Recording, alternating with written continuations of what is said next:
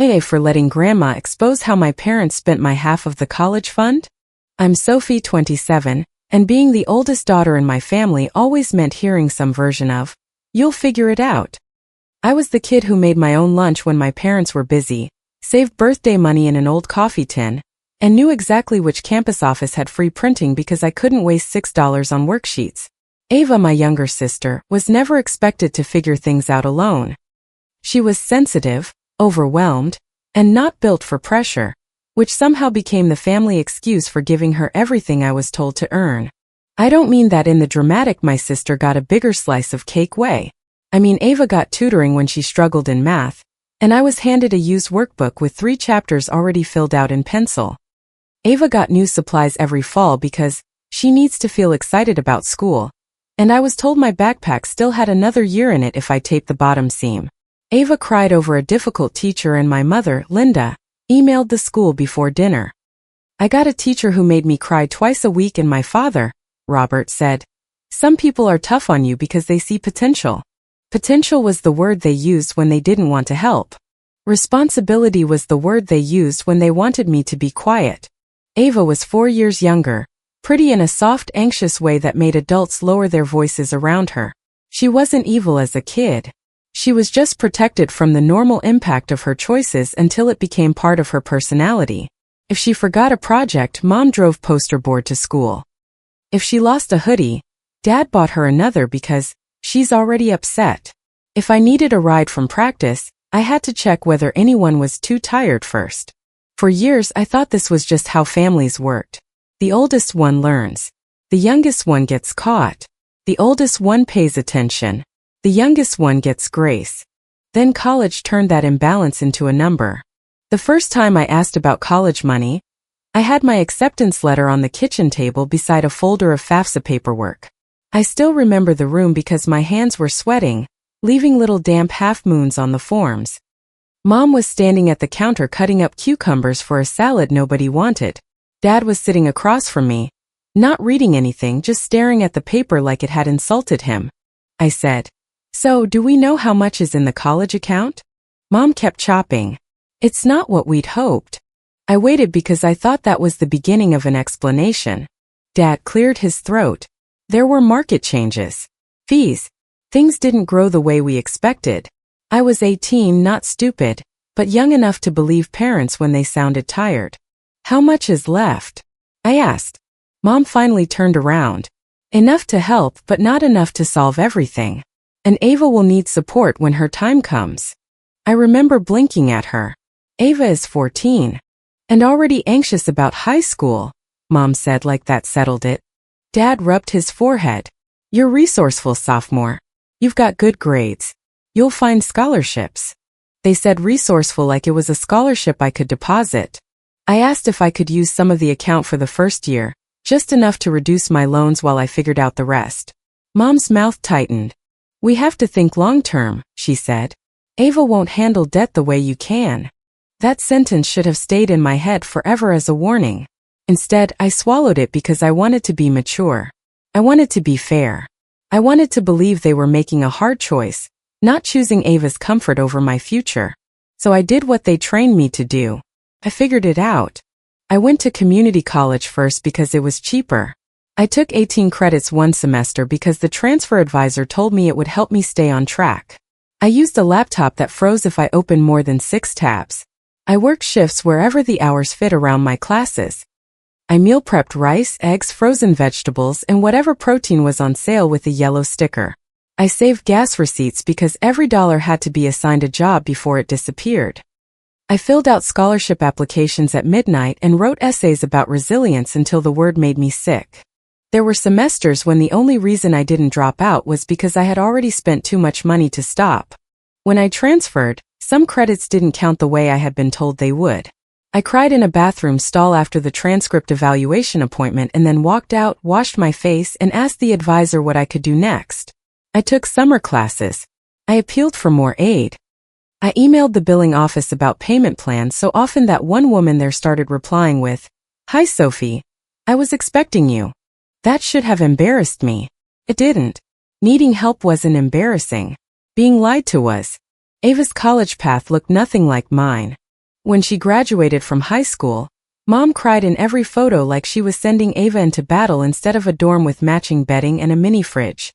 Dad bought her a newer car because we can't have her stranded. When Ava changed her major after one semester, Mom called it brave. When Ava dropped 2 classes because she was overwhelmed, Dad said college was about finding yourself. When Ava moved from the regular student apartment she had picked into a nicer place because the first one was bad for her mental health, nobody asked if the rent made sense. I heard pieces of it through the family group chat.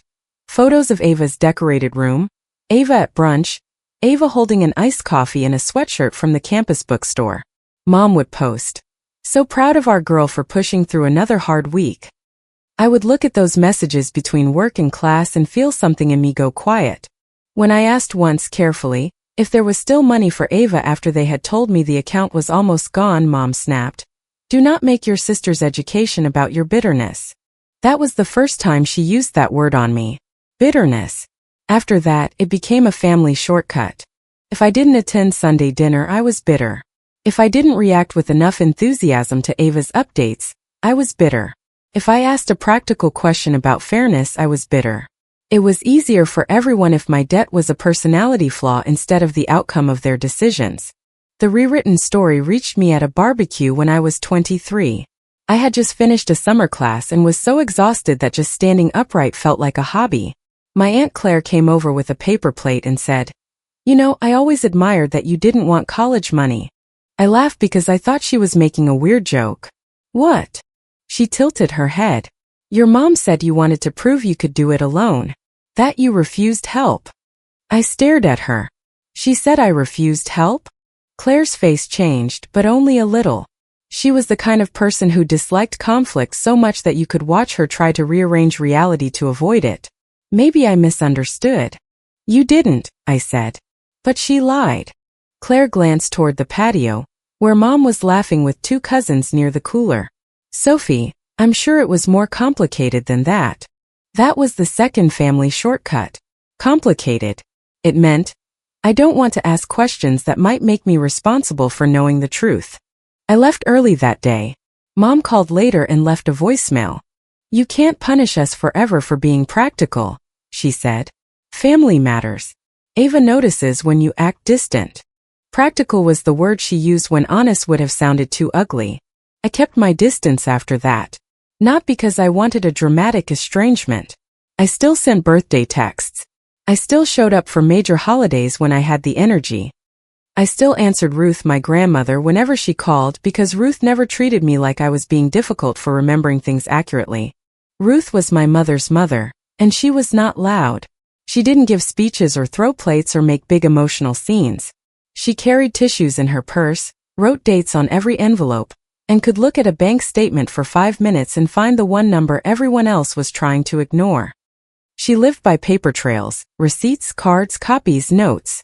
As a kid, I thought it was old-fashioned. As an adult, I realized it was armor. Ruth sent small checks for birthdays and holidays. Sometimes she wrote for books, or for your education in the card. I assume she meant it kindly the way grandparents say things. I kept most of the cards in a shoebox because they were one of the few pieces of family history that didn't feel edited. When Ava's graduation came around, I had already decided not to go. I was tired of clapping for a version of family support that had never included me. I was tired of standing in photos where everyone pretended my slower graduation, my loans, and my absence from most family events were just evidence that I was stubborn. Then Ruth called. "Come for me," she said. I was folding laundry on my bed, phone wedged between my shoulder and ear. "Grandma, I don't want to ruin anything." "You don't ruin things by standing in a yard and eating cake. You know what Mom will do." "I know what your mother does when nobody asks questions," Ruth said. That made me pause. "What does that mean?" "It means I would like you there," she said. "Come for me, not for the speeches." That might be the only reason I can. The party was at my parents' house on a hot afternoon, the kind where the air smelled like cut grass, sunscreen, and too much frosting. There were folding chairs set up in uneven rows under 2 rental canopies. A photo backdrop leaned against the fence with gold balloons spelling out grad. Ava's framed diploma sat on a table beside a sheet cake with her school colors piped around the edges. Plastic cups sweated on the kitchen island. Aunts and cousins hovered near trays of Costco desserts like they were guarding the crown jewels. Ava looked beautiful and pleased with herself. Her cap was decorated with tiny rhinestones and a quote about resilience. I almost laughed when I saw it, then hated myself a little because none of this was about the degree itself. Ava had graduated. That was real. I wasn't angry that she had a degree. I was angry that mine had cost me years of exhaustion, while hers was being wrapped in a family myth where I was the villain. I brought a card with a short message. Congratulations. Wishing you the best in what comes next. No jab. No drama. Mom saw me in the kitchen and gave me one of those careful public hugs where her arms touched my shoulders but nothing else. Sophie, she said. I'm glad you came. Please, today is about your sister. I know, I said. Her eyes narrowed like she had heard sarcasm even though I hadn't given her any.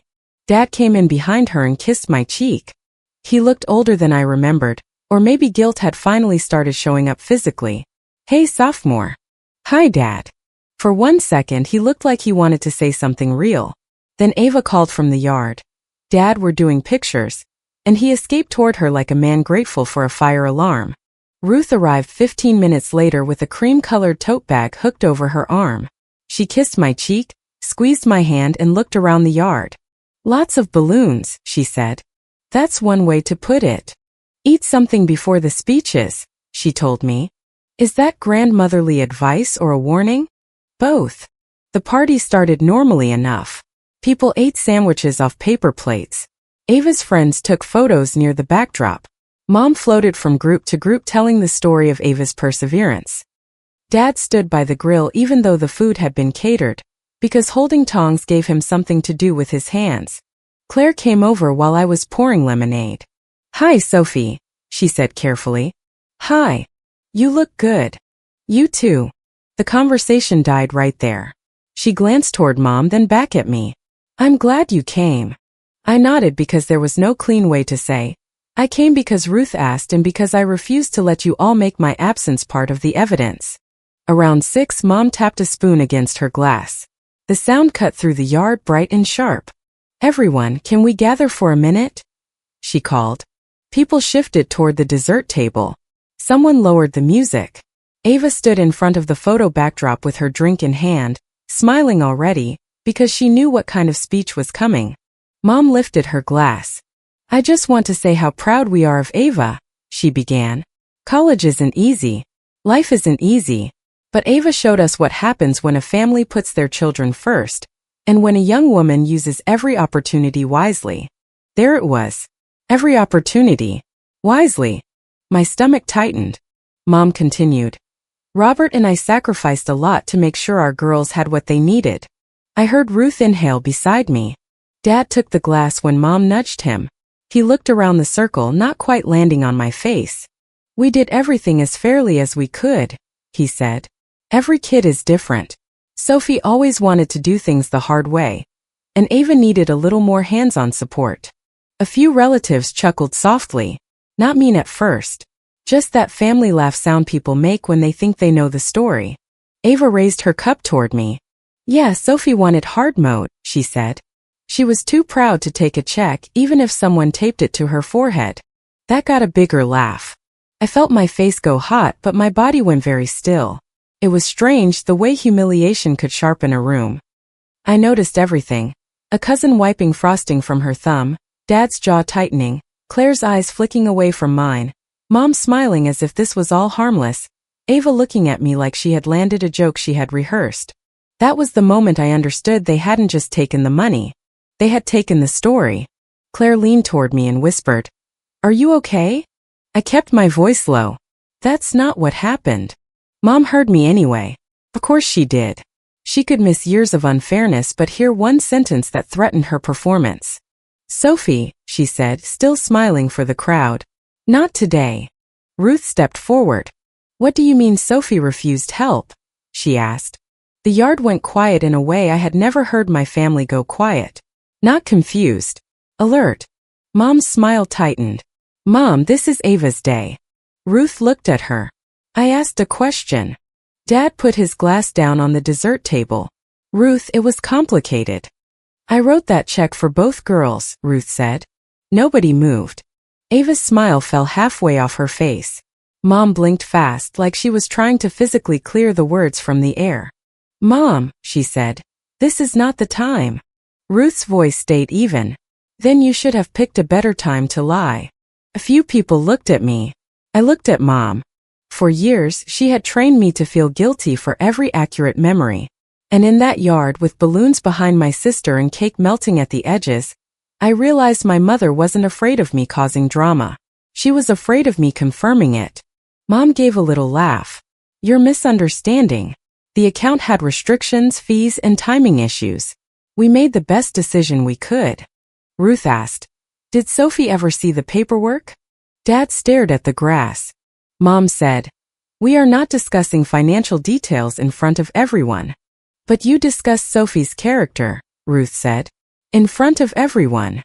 No one laughed after that. The party limped forward because families are excellent at pretending a bomb didn't just go off if there is still cake to cut. Mom sliced pieces too aggressively. Ava disappeared into the house with 2 friends. Dad carried plates around without looking at anyone. Claire approached me twice and then backed away both times. I stayed because Ruth stayed. We sat together under the edge of the canopy, eating cake that tasted like sugar and cardboard. When the sun started going down, Ruth touched my wrist. Walk me to my car, she said. I followed her down the driveway. She opened the passenger door of her car but didn't get in. Instead, she reached into her tote bag and pulled out a folder. Did they ever show you the account papers? She asked. No, I said. They told me there wasn't anything to show. Did they say the money was gone? They said the account wasn't what they hoped. They said Ava would need more help. Later, Mom said I chose independence. Ruth closed her eyes for 1 second. When she opened them, she looked older but not weaker. Forward me anything you still have, she said. Emails, texts, anything from when you asked. I don't know if I kept enough. You kept cards from me, didn't you? I looked at her surprised. Some. You always kept things. Your mother hated that. It was such a precise sentence that I almost cried. That night I went home and opened old email accounts I hadn't touched in years. I searched college fund, tuition, FAFSA, payment plan, loan, scholarship, Ava needs, and my least favorite word, practical. I found more than I expected. There was an email from Mom from the summer before my first semester. We cannot commit education funds to you right now when Ava's future needs are unknown. There was a text from Dad. Let's not make this harder on Mom. You're capable, sophomore. There was another from Mom after I asked if they could help with a payment plan deposit. Sophie, you can handle loans better than Ava can handle disappointment. I had forgotten that one. Or maybe I had buried it because remembering it every day would have made me too angry to function. There were emails from the billing office confirming I had asked about payment plans. Scholarship award notices for $750 here, $1,200 there. Never enough but always something.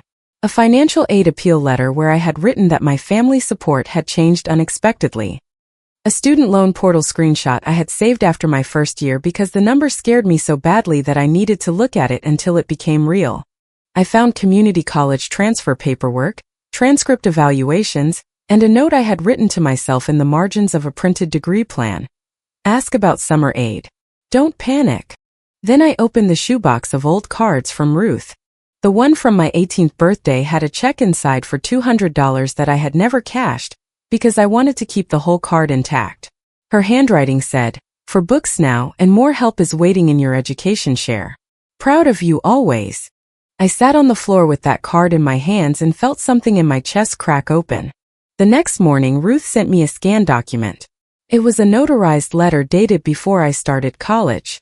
It stated that her contribution to the Family Education Fund was intended to support both granddaughters fairly for qualified education expenses, with Sophie and Ava both named. It wasn't a vague help the kids someday note. It was specific enough that even I, with no legal background, understood why Ruth's hands must have been shaking when she found it. She called 5 minutes after sending it. This was never supposed to be a contest between you two, she said. They made it one. I trusted your parents. So did I. There was a long silence. Then Ruth said, I'm going to have someone review this. Grandma, I don't want you spending money on lawyers because of me. I'm not doing it because of you. I'm doing it because I wrote down an instruction and your parents treated it like a suggestion. That was Ruth. No screaming. No theatrics. Just a sentence that made the floor drop out.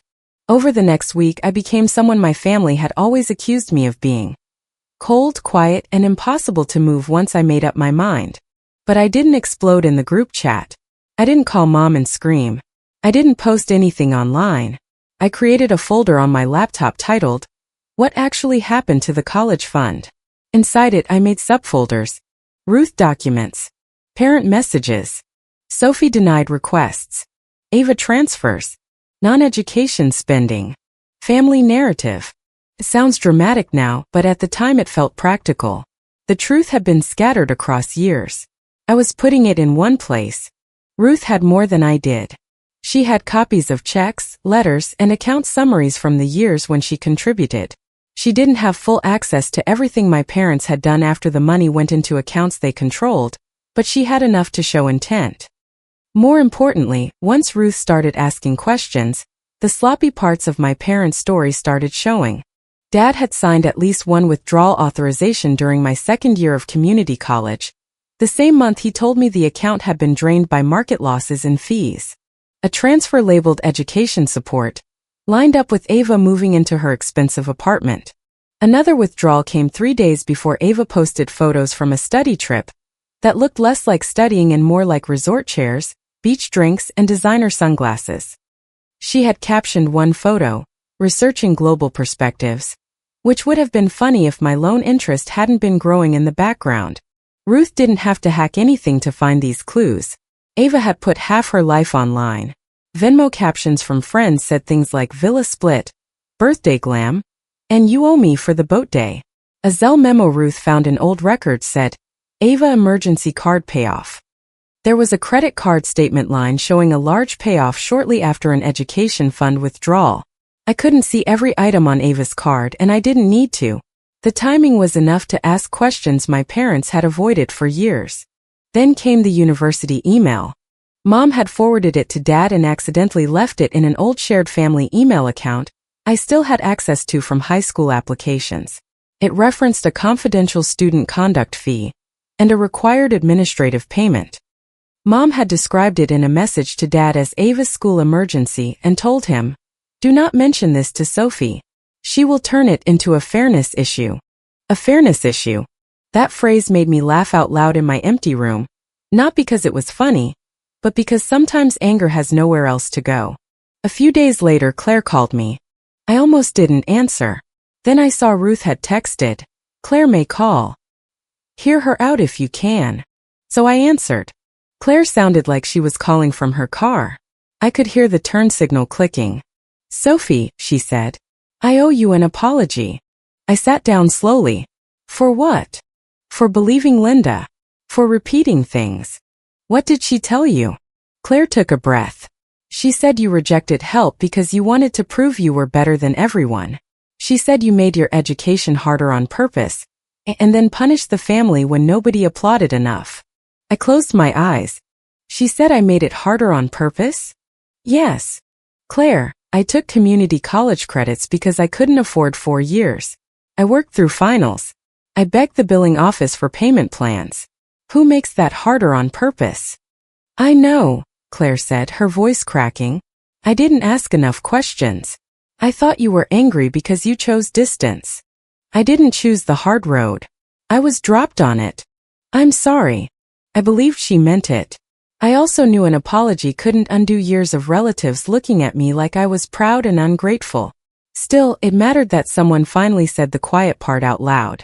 Ruth hired an attorney to review her contribution and request records. I was careful with that part because I don't want to pretend every family financial betrayal turns into a neat legal victory. The paperwork was messy.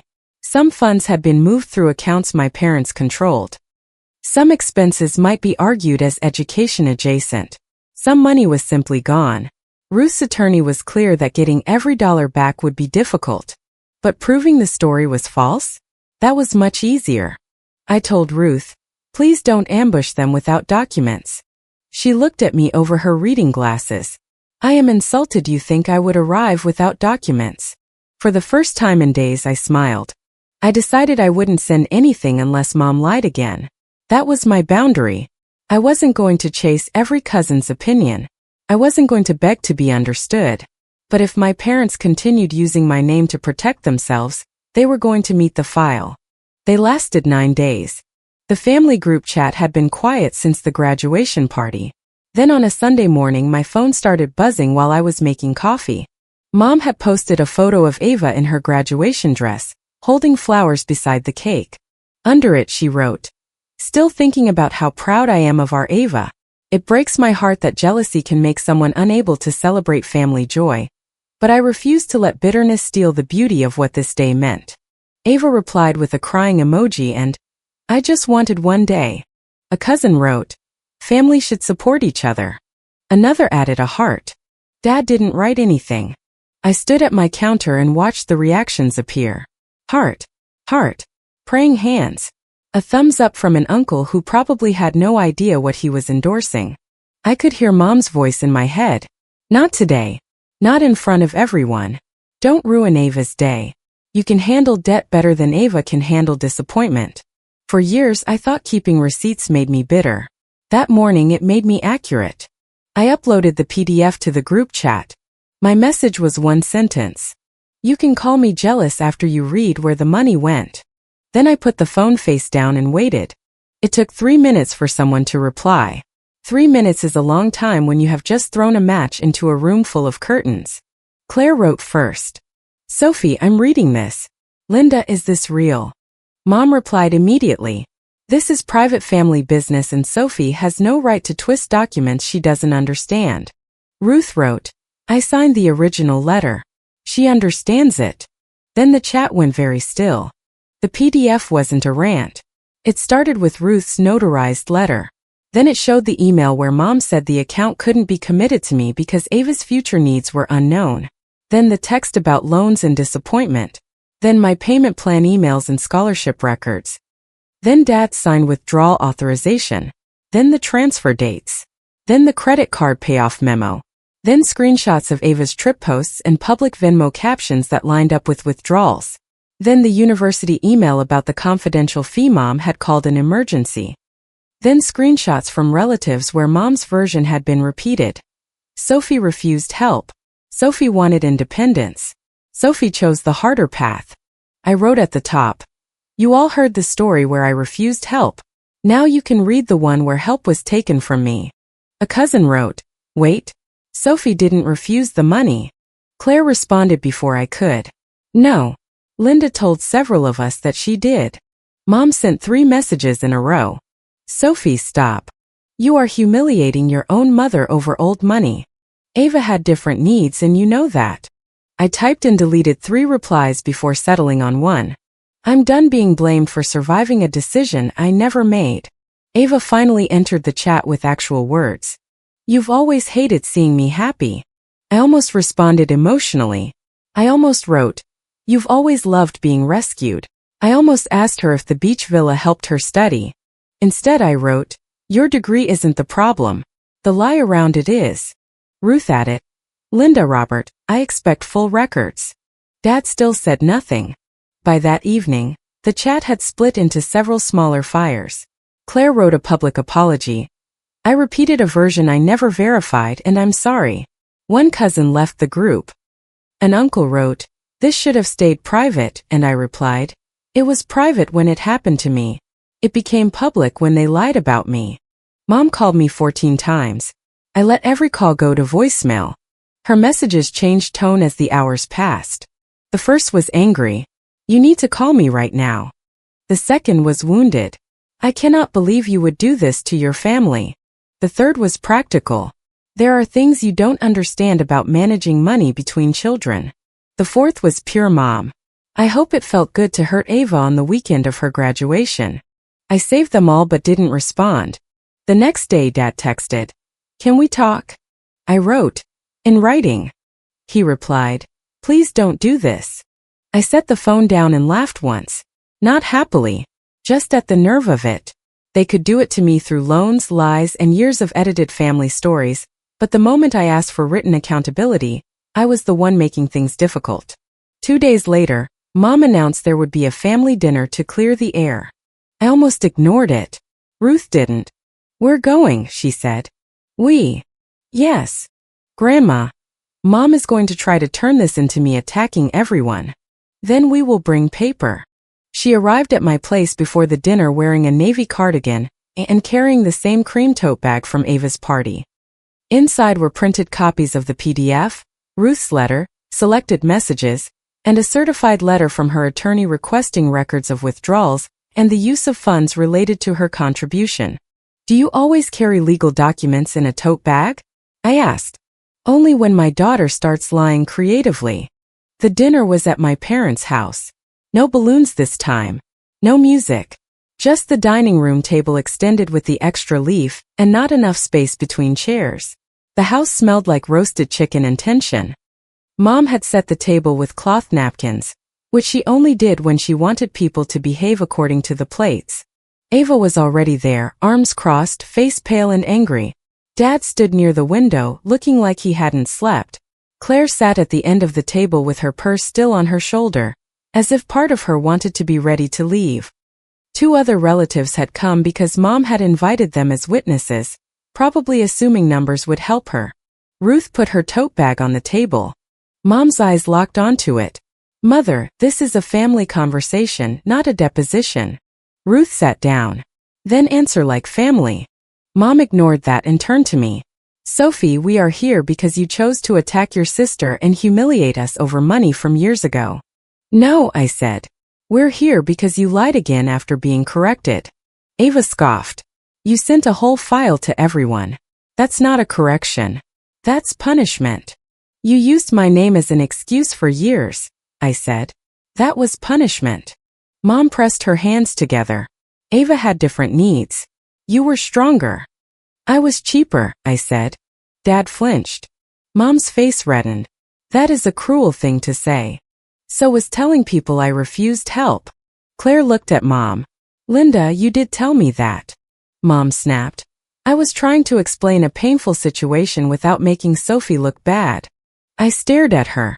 "You made me look proud, cold, and jealous. That was the nice version." Ava leaned forward. "You are jealous. You always have been. You couldn't let me have one day." I turned to her. "You had the day. You had the party. You had the degree. What you didn't get to keep was the lie that I chose debt, because I was too proud to accept help." Dad finally said, "Everyone made mistakes." Ruth opened her folder. "No," she said. "We are not smoothing this into fog." The room went silent. Ruth took out the notarized letter and placed it on the table in front of Dad. "Robert," she said, "did you know my contribution was intended for both girls?" Mom immediately said, "He doesn't have to answer that like he's on trial." Ruth didn't look at her. "Robert." Dad's eyes filled with tears before he spoke. That somehow made me angrier. His guilt had waited until the truth had an audience. "Yes," he said. Ava whispered. "Dad." Ruth asked, "Did Sophie know?" "No." "Did she refuse help?" Dad wiped his face with one hand. "No." The words landed harder than I expected. I had known the answer. I had documents. I had Ruth. I had my own memory. Still, hearing my father say it out loud felt like someone pulling a hook from a wound and showing me the rust on it. I looked at him. "Then you watched me take out loans for money you knew had my name on it." He covered his mouth. Mom said, "We thought you would land on your feet." I laughed softly. "There it is." Dad's voice broke. "I did think that. I told myself you were capable. I told myself Ava needed more. And when Mom told everyone I refused help?" He looked down. "I should have stopped it. But you didn't." "No." I pulled out one printed page and set it in front of Mom. It was her old text. I read it aloud because I wanted the room to hear the exact sentence, not the softened family translation. "Sophie can handle loans better than Ava can handle disappointment." Mom's eyes went wet. "You're really going to use private texts against me? You use private decisions against my entire future." Ava pushed her chair back. I'm not sitting here for this. Ruth looked at her. Sit down. Ava froze. Nobody spoke to Ava like that. Not even Mom. Ruth picked up another page. Where did the trip money come from? Ava's face changed. Fear first, then offense. What trip? The one with the villa split, boat day, and 3 photos of you holding drinks in front of an ocean, I said. That was a study trip. I slid the screenshot across the table. Then why did your friend caption it, best girls getaway ever? Ava's mouth opened, closed, and opened again. Mom jumped in. It was important for Ava's mental health. I looked at Mom. Was the credit card payoff also for mental health? Dad sat down hard.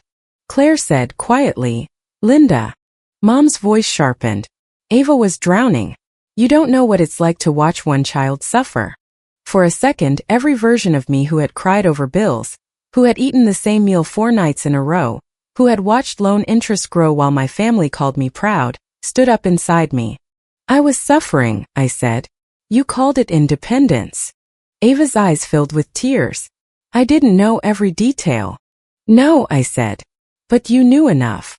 That's not fair. You moved into that apartment after I was told there was no money. You joked at your party that I was too proud to take a check. You knew the story made you look grateful and me look bitter, and you never corrected it. Ava wiped her cheek angrily. You're humiliating me. You used my future as your cushion, I said. Don't call it humiliation when the cushion finally has a name. Mom stood up then, her chair scraping behind her. You are breaking my heart, she said. Ruth looked up at her daughter with no softness in her face. No, Linda. She is doing what you should have done years ago. Telling the truth. Mom started crying. Real tears maybe. Strategic tears definitely. The room had always moved around Mom's emotions like furniture around a grand piano. If she cried, someone comforted her. If she felt attacked, someone changed the subject. If she said family, everyone was supposed to forget the details. This time, no one moved. Claire picked up the printed letter and put it back on the table after reading it. Linda, you need to answer the question. Why did you tell us Sophie refused help? Mom's lips trembled. Because I was trying to keep this family together. I said no. You were trying to keep the family from knowing what you did. Ruth took the certified letter from her folder. I have asked my attorney to request full records, she said. Until the withdrawals and uses are accounted for, I am freezing any future gifts that would go through Linda or Robert. Ava's head snapped up. What does that mean? It means the cash gift I had discussed for your next step is suspended, Ruth said. Grandma, that's not fair. Ruth's voice was calm. Fair is exactly what I put in writing. Ava looked at Mom. For once, Mom didn't have a rescue ready. Ruth continued. If money intended for education was used for non-education expenses, or to cover consequences unrelated to tuition, then repayment needs to be discussed. I am not funding another rescue until I know how the last one was used. Dad whispered. Ruth, please. She turned to him. You signed at least one withdrawal while telling Sophie there was nothing for her. Do not please me. That was when Dad cried. Not dramatic sobbing. Just a broken, quiet kind of crying that made him look smaller. When I was younger, seeing my father cry would have made me do anything to stop it. That day, I felt sad for him without taking responsibility for his sadness. He said, I don't know how to fix this. I answered, start by not asking me to comfort you for finally admitting it. The dinner ended without anyone eating much. Mom retreated into the kitchen and banged dishes around. Ava left before dessert, which felt appropriate, considering she had been very comfortable with public jokes when they were about me. Claire hugged Ruth and then surprised me by hugging me too. I'm sorry, she whispered. I believe you. I should have asked. Yes, I said. She nodded like she accepted that the apology didn't erase the failure. After that night, the family narrative collapsed in pieces. Not everyone took my side. Families don't work like courtroom verdicts. Some relatives apologized. Some went quiet because apologizing would require admitting they had enjoyed the old story. One uncle said I had gone too far by exposing Ava's spending details. I told him he was welcome to be upset about the evidence, but he was not welcome to pretend the lie had been harmless.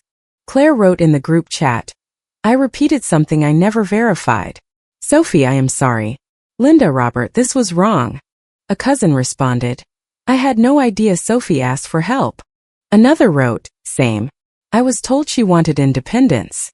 Mom left the chat for 2 days, then rejoined and sent a long message about privacy, motherhood, and imperfect choices. Ruth replied with one sentence. Privacy is not a shield for dishonesty. Ava stopped posting graduation photos. That part made me feel more complicated than satisfied. I didn't want her degree erased. I didn't want her crawling through shame forever.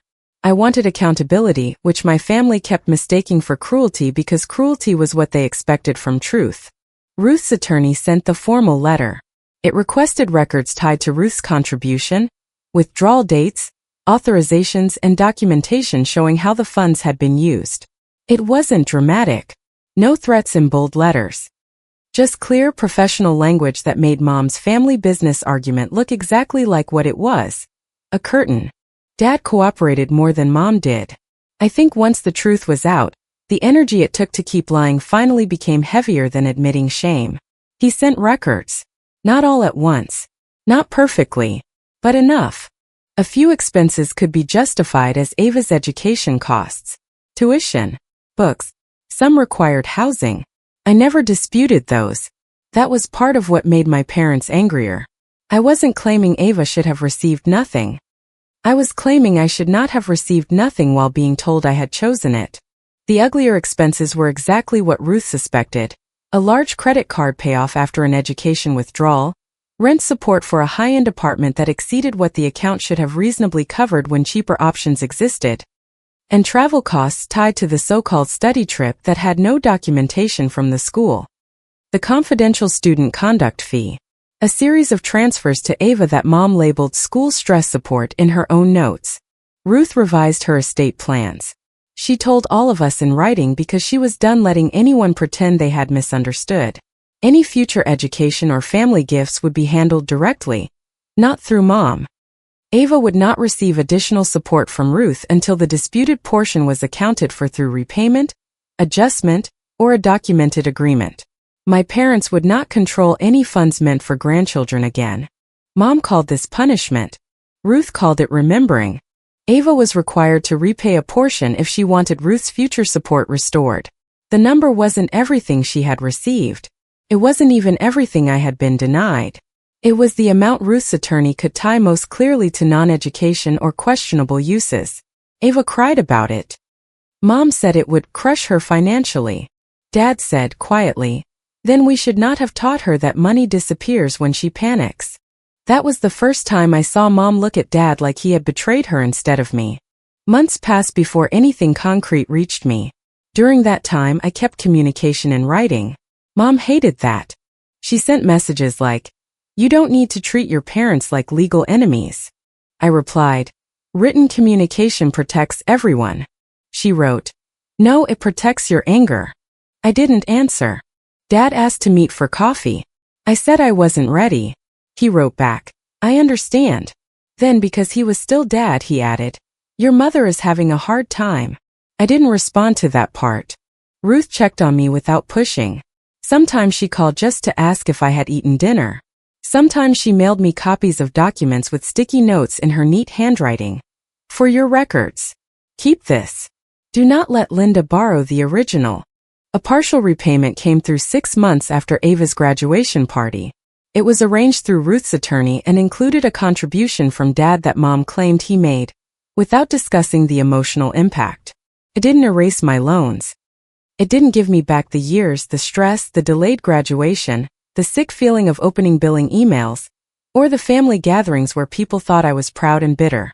But it was real. When I saw the deposit, I sat at my kitchen table and stared at the number for a long time. Not because it solved everything, because it confirmed something my family had spent years denying. There had been money. There had been a choice. I had not imagined the unfairness. Dad sent me an email that evening. "Sophie, I am sorry. I knew more than I admitted. I told myself you were strong enough to recover. That was cowardice, not trust. I let your mother set the story because it was easier than fighting her. And I let Ava benefit because I did not want to face what we had already done. I know this does not fix it. I read it 3 times. Then I wrote back, thank you for putting it in writing. I'm not ready to forgive you. Don't ask me to make your apology feel complete. He replied, I won't. That was probably the most honest exchange we had ever had. Mom's apology never came. What came instead was a message at 11:43 p.m. on a Tuesday. I hope you are proud of humiliating your own mother. You got your money in your public victory. I hope it was worth making Ava feel like a criminal over a mistake from years ago. I answered once. I told the truth you hid. Then I blocked her number for 30 days because boundaries are easier when you stop opening doors just to prove they are still locked. Ava texted from a different number 2 weeks later. You ruined my graduation memory. I was sitting with coffee, going through old loan statements and deciding what to pay down first with the partial repayment. I looked at her message for a long time before responding. No. I ruined the lie wrapped around it. She replied quickly. You could have waited. You all had years to tell the truth. I didn't know about Grandma's letter. You knew I was denied help. You knew Mom told people I refused it. You joked about it in front of everyone. The typing bubble appeared, vanished, and appeared again.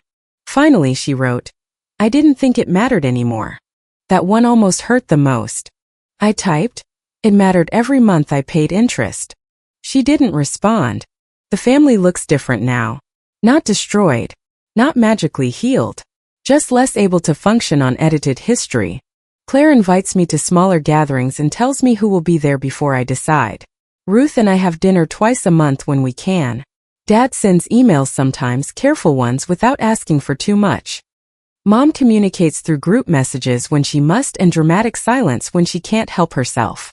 Ava is paying back part of what she used slowly with more complaints than insight but still paying. I attend family events only when the story isn't rewritten at my expense. That is the rule. If someone says, Sophie chose independence, I correct it. If someone says, Ava needed more, I say, needing more didn't require lying to me. If Mom starts using words like bitterness or jealousy, I leave. Quietly. Immediately. No speech. No debate. The strangest part is how peaceful it feels to stop auditioning for fairness from people who profited from calling me difficult. For years, I thought the mature thing was silence. I thought if I kept my head down, paid my loans, and didn't cause a scene, the truth would somehow remain intact inside me, even if everyone else repeated a lie. But silence didn't protect my dignity. Protected their version. I still keep receipts. Old cards, payment plan emails, loan records, the notarized letter, the PDF, the attorney correspondence. Not because I want to relive it. Because there are families that will edit you until you become unrecognizable, if you don't keep proof of your own life. I didn't ruin my sister's graduation party. I ruined the lie my family built on top of my debt. They called me bitter for years. Turns out I wasn't bitter. I was just the only one keeping receipts. If you liked it, don't forget to leave a comment and support the channel by subscribing. See you in the upcoming stories.